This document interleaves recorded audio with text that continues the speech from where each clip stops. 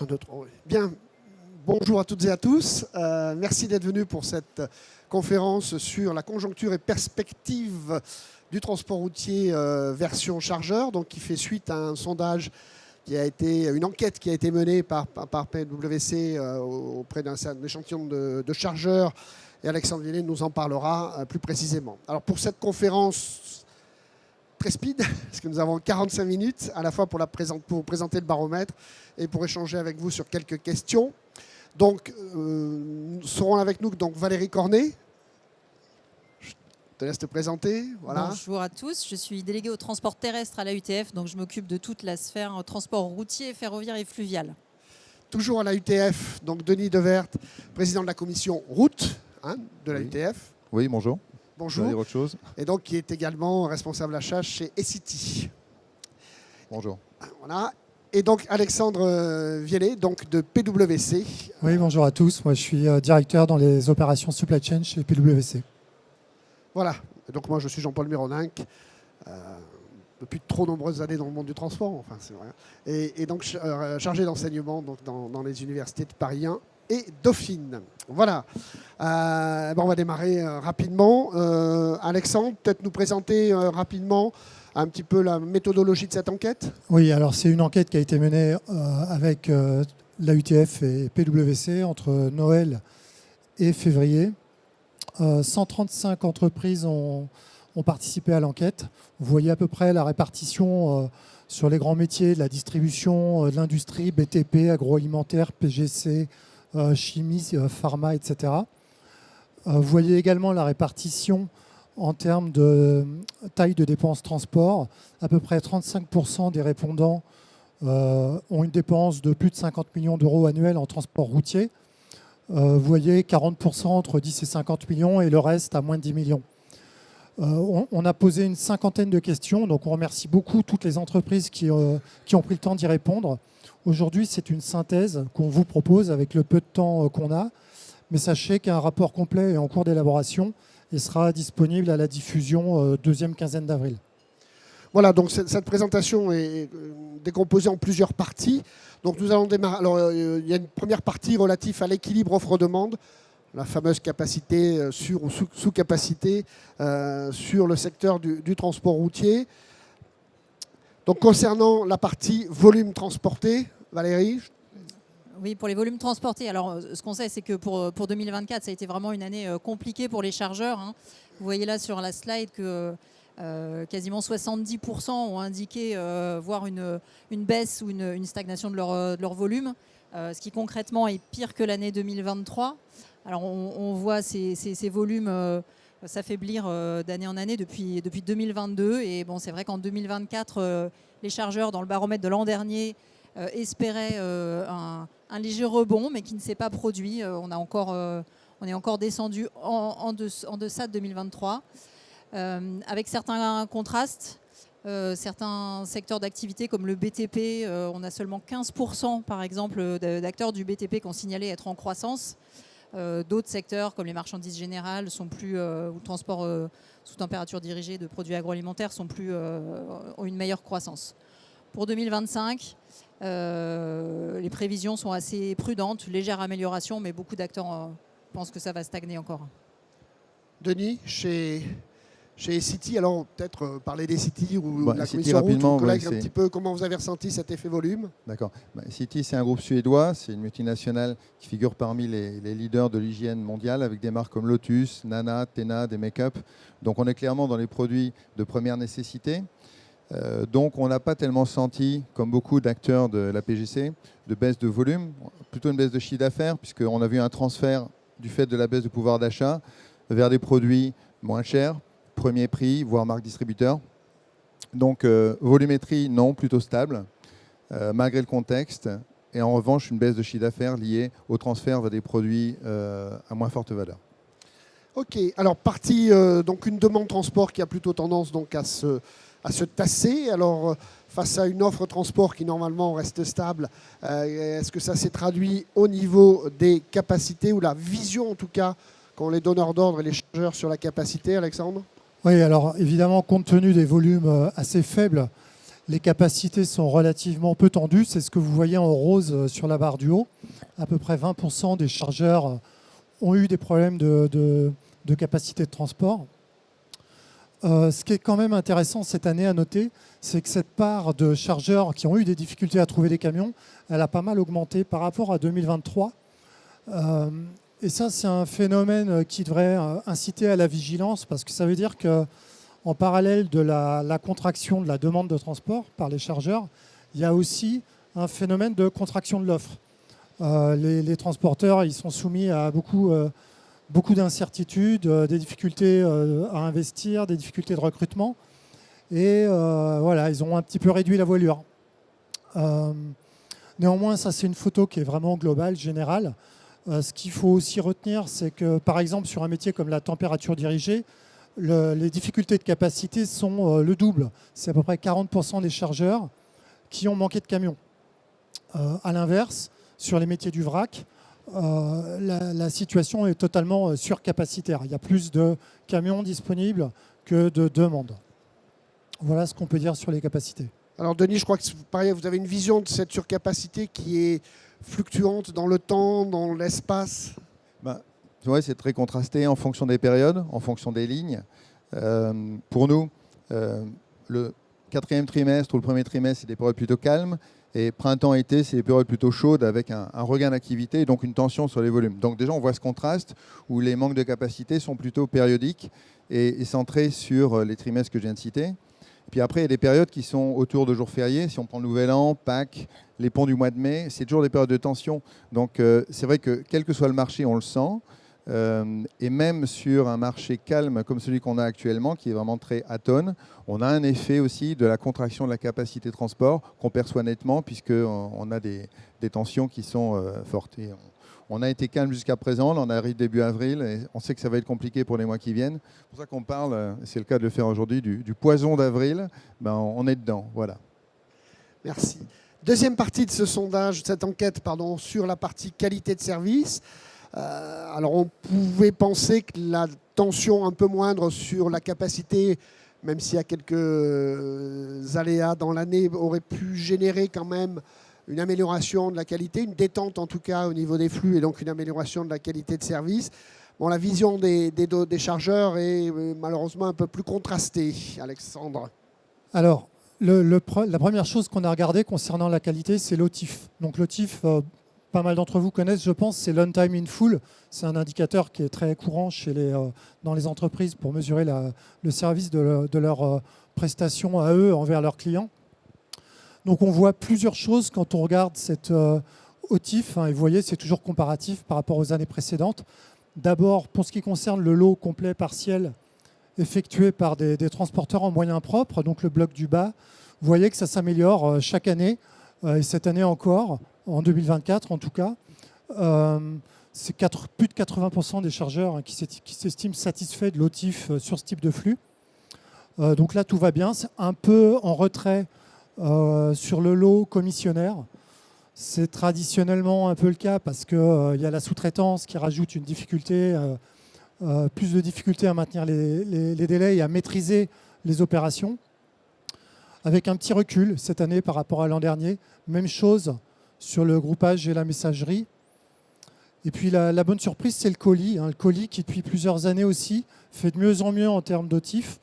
Voilà, c'est un vrai signal positif de fiabilisation des réseaux, des outils de production chez les gros acteurs du colis. Peut-être aussi, on verra tout à l'heure, un investissement important en matière de communication, de traçabilité, qui a peut-être amélioré les données. Alors la qualité de service au sens large sur plusieurs items. Là encore, des bonnes surprises et des moins bonnes surprises, Valérie? Oui, tout à fait. En introduction, juste une précision. Donc, cette année, on a, dans le cadre d'un partenariat avec l'Université Gustave Eiffel, qui pilote un observatoire national de la logistique pour le compte du ministère des Transports, on a exploré un peu les différents facteurs qui créent la perception de la qualité de service. Donc on a introduit dans ces baromètres 10 nouvelles questions. On a reproduit ça sur les baromètres des autres modes également, donc ce qui nous permet de faire quelques comparaisons. Alors, ce qu'on voit là sur le transport routier, effectivement, c'est que le constat est mitigé. Globalement, le l'appréciation de la qualité du transport routier, qualité de service, est finalement assez moyenne, hein, vous voyez, sur l'ensemble des critères, ce qui traduit sans doute des attentes très élevées des chargeurs. Et comme le mentionnait Mourad tout à l'heure, sans doute des attentes très élevées des clients des chargeurs également. Donc c'est vraiment au cœur des préoccupations. Alors parmi les critères les mieux notés, on voit la qualité de la relation client, dans une moindre mesure la capacité à tenir les délais, donc livrer dans les temps, et puis la réactivité du transport routier, hein, la façon de gérer des aléas.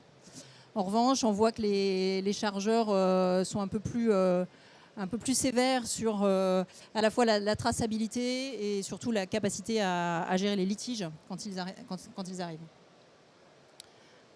Ok.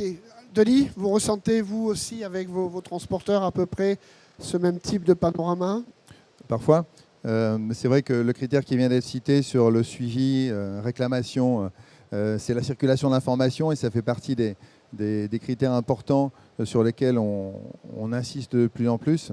Mais la qualité de service, enfin, pour résumer, elle ne dépend pas uniquement du fait d'avoir un camion et un conducteur disponible. Ça dépend également aussi de la structure qu'il peut y avoir chez le transporteur et de son back-office. Et on a souvent constaté que quand on avait des gaps dans le taux de service, c'est parce que dans les bureaux, il pouvait manquer un exploitant, il pouvait manquer un affréteur. Et on attache de plus en plus d'importance, dans le cadre des appels d'offres qu'on réalise, à approfondir notre connaissance, pas uniquement du parc, du nombre de conducteurs, du nombre de véhicules, mais aussi la structure, l'organisation et l'informatique qu'il y a derrière aussi, pour s'assurer que tous ces éléments-là sont bien structurés, sont suffisamment dimensionnés pour pouvoir compenser éventuellement l'absence d'une personne malade. Parce qu'en général, si ce n'est pas bien orchestré, la qualité de service s'en ressent immédiatement, qu'on ait le camion ou pas.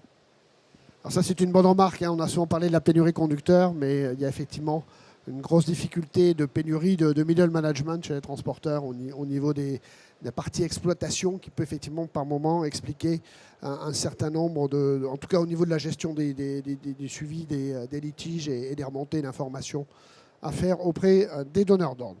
Alors, troisième item, on a fait qui est un item évidemment que tout le monde attend avec impatience, qui est l'item évidemment sur les prix et sur la manière dont les chargeurs envisagent effectivement la partie tarifaire globale là-dessus.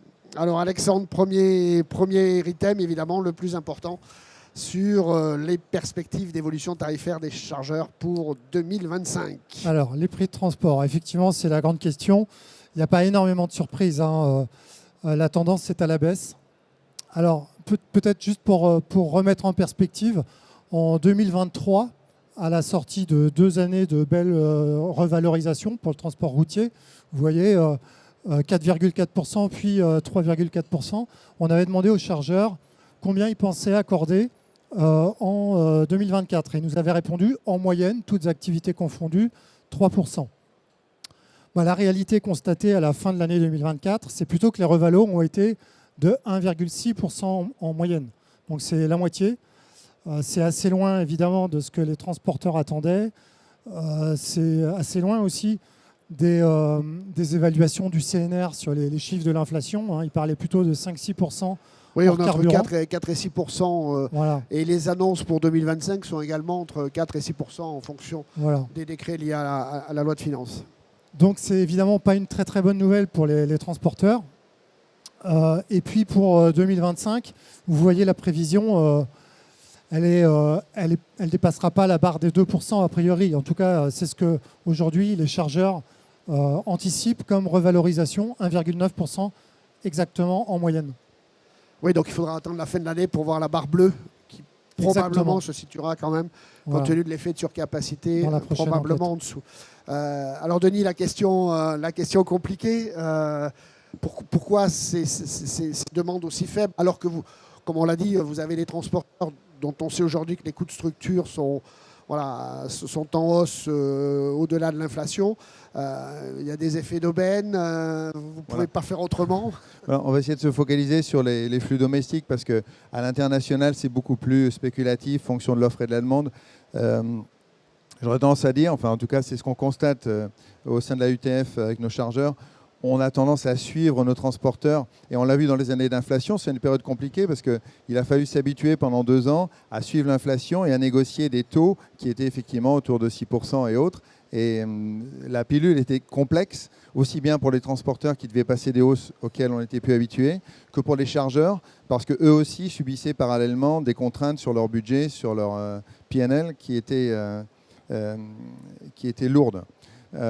Néanmoins, je pense que, on le voit dans les chiffres des dernières années, on a accompagné. Alors là, en 2024, le chiffre paraît bas, c'est vrai, mais globalement, je pense qu'il faut dissocier les prix contractualisés des prix spot, parce qu'il y a malgré tout eu des tensions sur le marché du transport en 2024. Et ce qu'on a vu sur les graphiques qui le reflètent, c'est que les prix du spot se sont envolés à certaines périodes de l'année, ce qui est le reflet d'un manque de capacité sur les bases contractualisées. Donc ça dit bien que pour un chargeur, s'il veut trouver de la capacité, il a intérêt à ce que les transporteurs vivent bien, marge suffisamment, sinon on ne trouve pas les camions, c'est aussi simple que ça. Donc, et puis on verra bien ce qui se passe au trimestre prochain, on y arrive. Mais voilà, donc dissocier prix contractualisé des prix spot, parce que les tendances ne sont pas tout à fait les mêmes. Alors, par rapport alors la compétitivité du transport routier, là, c'est une question, donc, je crois que ça a été posé dans le cadre du partenariat avec l'université, pour voir un peu comment se comporte le transport routier par rapport justement aux autres modes en termes de compétitivité prix. Valérie ? Oui, c'est ça. Donc là aussi, des résultats assez contrastés, puisque vous voyez que en gros, on a un peu plus de la moitié des répondants qui ont dit que la compétitivité par rapport aux autres modes était excellente, très bonne ou bonne. Donc, ce qui est quand même bien contrasté. Ce que ça nous a inspiré comme interprétation, c'est que d'une part, on sait que dans la conjoncture économique actuelle, vraiment la question de l'optimisation des coûts est au cœur des préoccupations des chargeurs, au même titre que la qualité de service. Et que donc il est possible qu'un certain nombre de répondants aient répondu compétitivité dans l'absolu ou par rapport à leurs problématiques internes plutôt que réellement en comparaison avec d'autres modes de transport. Néanmoins, on sait que les modes massifiés, quand ils sont sur des flux pertinents, industrialisés, gros volumes, etc., ça va être compétitif aussi en termes de coûts. Qu'on parle de transport ferroviaire ou fluvial conventionnel ou en combiné. Donc ça peut être aussi une partie de la réponse.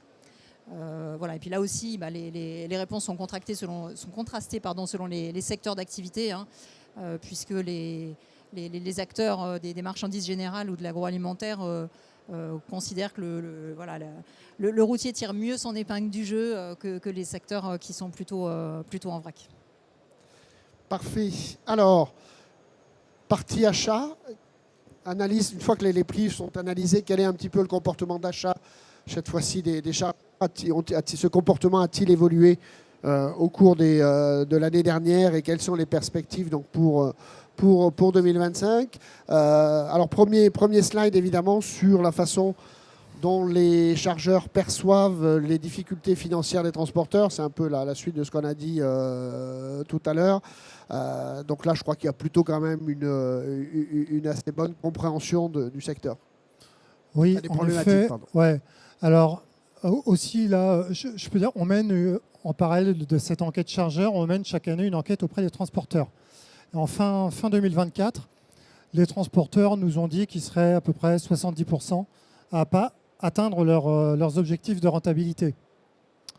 Donc, effectivement, c'est un petit peu ce qu'on voit là. Je ne sais pas si vous avez vu les chiffres des défaillances dans le transport routier, plus 30% en 2024. Alors, ce qu'on montre là, c'est la perception par les chargeurs de cette situation financière. Donc, en rose, encore assez faible, mais qui augmente, c'est la part des chargeurs qui jugent que la santé financière de leurs transporteurs est mauvaise ou très mauvaise. Et par contre, en bleu foncé, violet à droite, c'est la part des chargeurs qui jugent la situation financière de leurs transporteurs bonne ou très bonne. Et cette part-là, elle recule franchement. Et c'est là qu'on voit qu'il y a une vraie prise de conscience de difficultés dans un écosystème où finalement tout le monde est interdépendant, donc personne ne peut s'en réjouir. Denis, on l'a vu, le contexte fait que les propositions des chargeurs sont très nettement inférieures revalorisation demandée par les transporteurs. Vous avez conscience des difficultés financières et est-ce que finalement, c'est un peu paradoxal puisque finalement la situation risque de s'aggraver encore au cours de l'année prochaine. Mais je pense que malgré les chiffres, les chargeurs accompagnent leurs transporteurs. Et il y a plein de manières de le faire. Il y a le tarif, bien sûr, et en général, on répond présent, ne serait-ce que parce que, en tout cas dans notre secteur, si on ne livre pas correctement nos clients, les coûts, les pénalités sont bien plus élevés que tout ce qu'on aura pu économiser ou chercher à économiser sur le tarif transport. Donc on doit essayer de parfaire cette équation entre le taux de service et la rentabilité, parce que l'absence de service coûte cher, voire bien plus cher que ce qu'on peut gratter sur un tarif. Après, on est vraiment plus, nous, dans le partenariat avec nos transporteurs et dans le fait de construire avec eux des solutions qui leur permettent de mieux rentabiliser indépendamment du tarif. Le truc tout bête, c'est faire en sorte qu'il n'y ait pas de temps d'attente, qu'il n'y ait pas de transport loupé, parce que derrière, on sait que sur un loupé, c'est toute la rentabilité d'un véhicule sur le mois qui est compromise.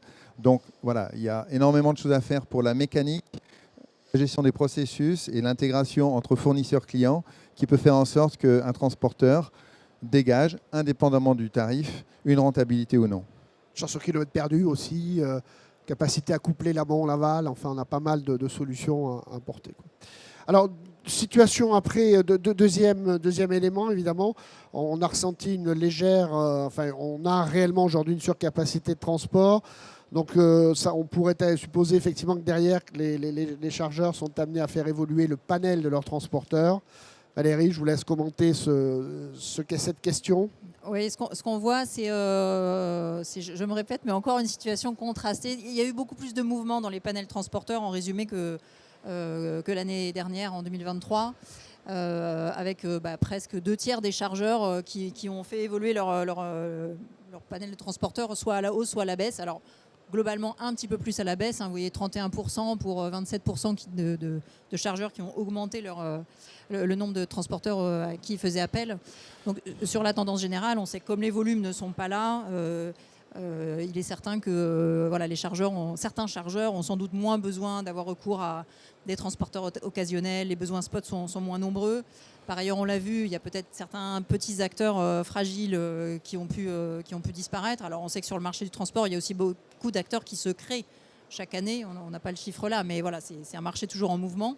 Là, on arrive à un moment où certains doivent rembourser leurs prêts garantis par l'État post-Covid. Donc, ça crée aussi des moments un peu où les difficultés se cristallisent. Et puis, on le verra, mais changer le panel de transporteurs n'est pas forcément qu'une affaire de tarif. C'est aussi, comme on l'a vu, par rapport à des petits problèmes de qualité, l'occasion peut-être aussi de challenger sur la partie en tout cas qualitative, mais ça, Denis nous le confirmera tout à l'heure. Sur la partie profil, donc là, il y avait une question sur la partie relative aux transporteurs non résidents. Alors là, peut-être encore, en fonction de la circonstance, selon que l'on fait du transport national ou international, probablement que le raisonnement n'est pas tout à fait le même. Oui, c'est vrai. Bon, on ne fait pas forcément la distinction nationale-internationale dans ces réponses, mais ça vient vraiment compléter ce que vient de dire Valérie, c'est-à-dire qu'on a regardé un petit peu, et on regarde chaque année, l'évolution de la part des transporteurs, soit français, soit étrangers, dans les portefeuilles. En ce qui concerne à droite les transporteurs étrangers, vous voyez que finalement, la part des chargeurs qui ont augmenté la part des transporteurs étrangers, elle reste toujours la même, 5-6%, et c'est assez marginal finalement.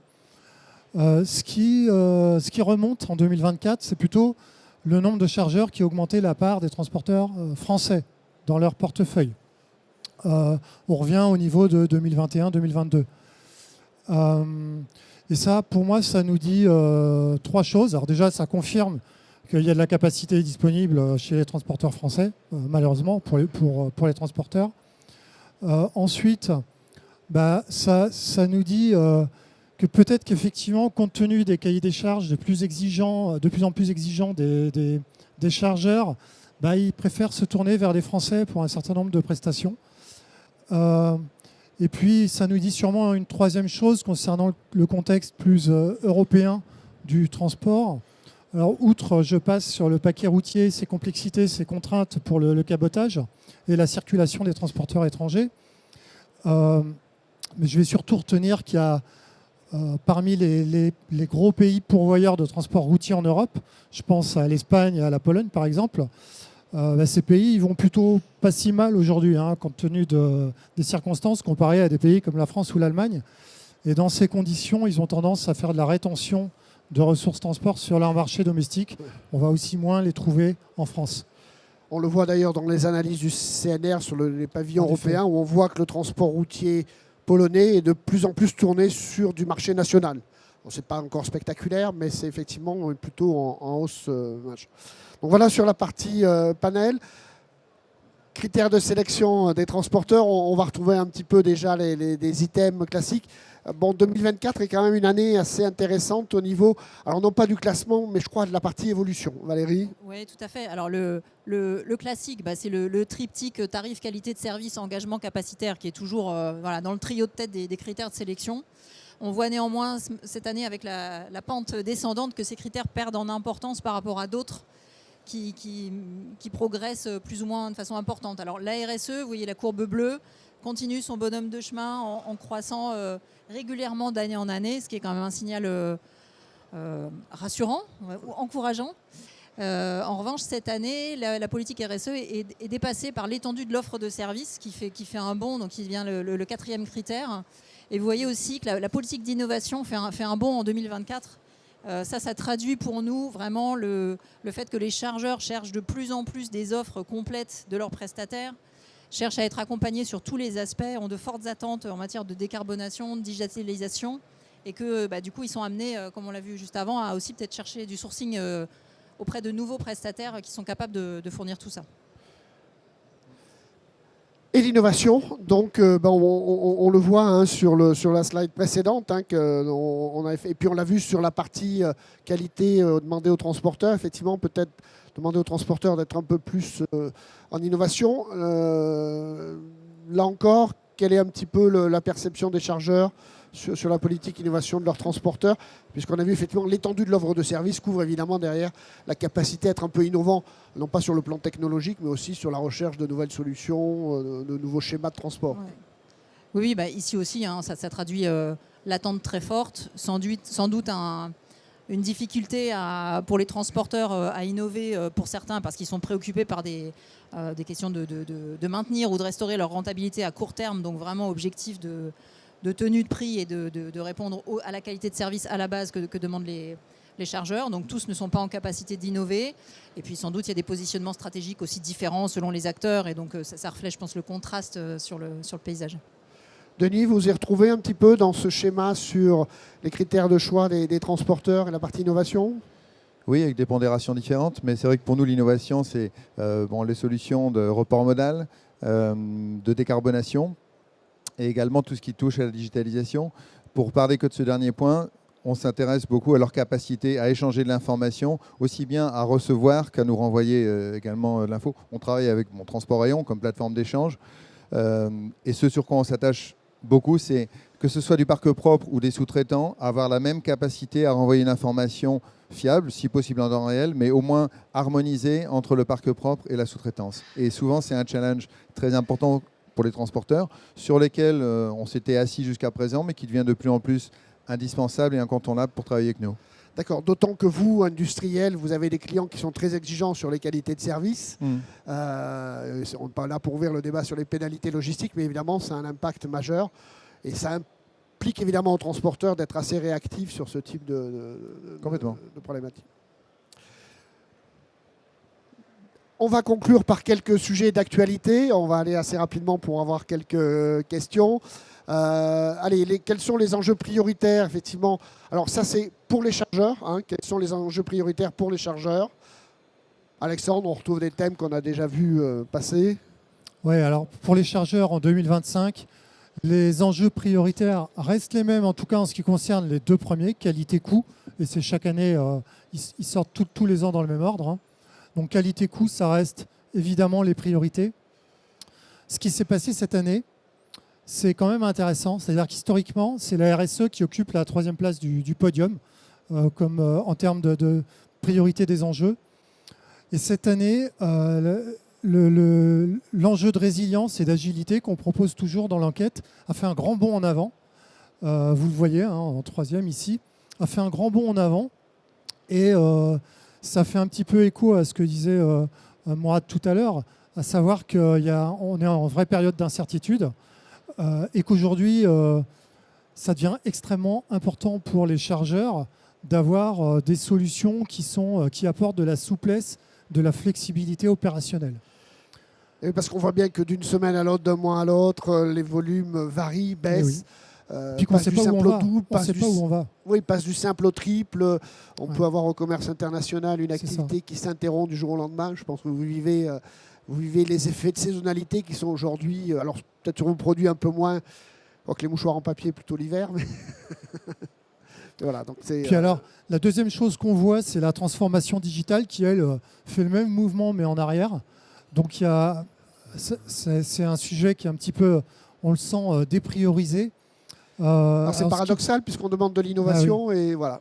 Donc c'est sûr qu'intuitivement, on aurait pu croire que ça serait utile pour gagner en résilience, en agilité. Moi, je le vois plutôt comme un recentrage sur des enjeux de court terme. C'est plutôt ça ma lecture. Et alors, on pose également la question, quels sont les leviers que vous pensez mettre en œuvre en 2025 pour répondre à ces enjeux qualité, coût, résilience, RSE. Alors, pas de grand chamboulement dans le classement. Le premier, toujours de loin, c'est le renforcement de la relation avec les prestataires. On fait partie de la même équipe entre chargeurs et transporteurs. Il est quand même un petit peu en retrait cette année, ce levier. Peut-être à mettre en parallèle avec le quatrième, qui serait l'élargissement du sourcing de prestataires. Puisqu'on a vu que les prestataires les chargeurs pouvaient chercher aussi des solutions différentes, nouvelles, plus qualitative. Le digital est en retrait, donc c'est assez cohérent, il n'y a pas de surprise de ce côté-là. Puis on voit apparaître des leviers qui prennent de l'importance, des leviers un peu structurants comme la réorganisation du transport en interne, comme le travail sur les réseaux logistiques. Voilà, des choses un petit peu plus structurantes que d'habitude. Denis, chez City, à peu près les mêmes priorités. Ça peut paraître paradoxal, mais chez nous, c'est renforcer la relation et élargir le sourcing simultanément. C'est-à-dire qu'on réalise des appels d'offres très fréquemment, à l'international tous les ans, en domestique tous les 2-3 ans. Et pourtant, on a un panel de fournisseurs qui est relativement stable, mais on utilise les appels d'offres pour approfondir les discussions, les échanges. Ce n'est pas uniquement pour squeezer le fournisseur et baisser les prix, c'est vraiment un échange qui vise à chercher des solutions communes et à construire, puisqu'on est en général dans une coopération sur le long terme. Voilà, et puis dernière question, alors qui était un peu connexe, mais entendre sur la CSRD. Rappelez peut-être ce qu'est la CSRD. Tout le monde ne connaît pas forcément dans la salle. Alors effectivement, c'était une question d'actualité sur cette directive européenne qui va obliger les entreprises à du reporting sur leur engagement RSE. Et là, vous voyez, donc la première question qu'on posait, c'est êtes-vous soumis à la CSRD? Et ce qui est très frappant, c'est qu'en fait, on a presque la moitié des répondants qui disent je ne sais pas. Alors il y a plusieurs explications à ça. Soit la réglementation européenne, les modalités d'application de la réglementation européenne ne sont pas encore complètement claires, c'est un fait. Et donc voilà, certains ne savent pas encore si on va être sollicités. Par ailleurs, on pense aussi que les chargeurs sont beaucoup focalisés sur leurs préoccupations du moment immédiat opérationnel, gérer les coûts, mettre en place les projets, réussir à finaliser des projets. Et donc voilà, les obligations de reporting, ça leur passe un petit peu au-dessus pour l'instant. Donc on ne peut que les encourager à s'en préoccuper. Et puis un petit message encourageant toutefois, c'est que parmi ceux qui se disent être soumis à la CSRD, on en a quand même les 2/3 qui indiquent qu'ils sont prêts à y répondre en termes de reporting. Donc ça veut dire avec les solutions digitales, les données qui vont bien. Donc ça, c'est quand même rassurant. D'accord, un beau travail d'accompagnement à faire pour la UTF dans les années qui viennent. Voilà. Allez, rapidement, une petite une conclusion pour qu'on puisse quand même passer un peu la parole s'il y a 2-3 questions derrière. Oui, merci Alexandre. Oui, alors pour inaugurer, alors vous avez compris, l'année aura été difficile, difficile pour les chargeurs, difficile pour les transporteurs évidemment, parce que dû à la faiblesse de la demande essentiellement.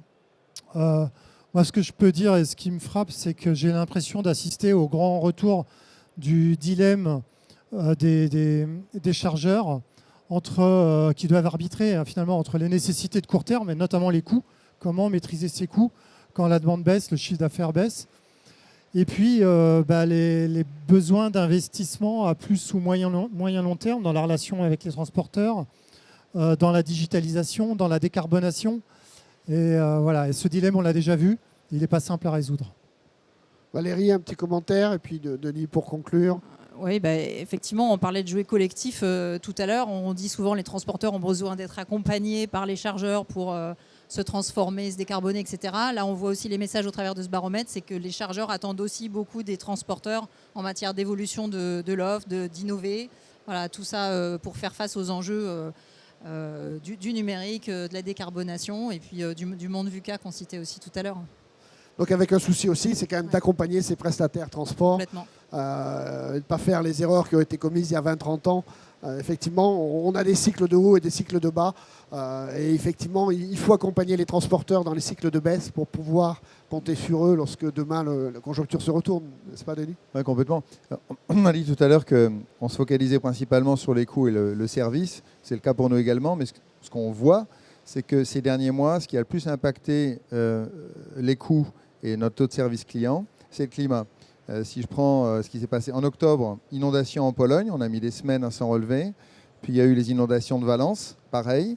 Et après, nos collègues aux États-Unis ont eu les tempêtes en Floride et quelques semaines plus tard, des incendies californiens. Et quand on regarde bien l'impact concret sur nos coûts et notre taux de service client, c'est là qu'on le trouve. C'est là qu'on a les plus grosses variations. Donc, on veut travailler sur nos coûts, sur le taux de service, mais pour ça, donc, on doit travailler d'une part sur notre résilience et impacter également positivement la décarbonation.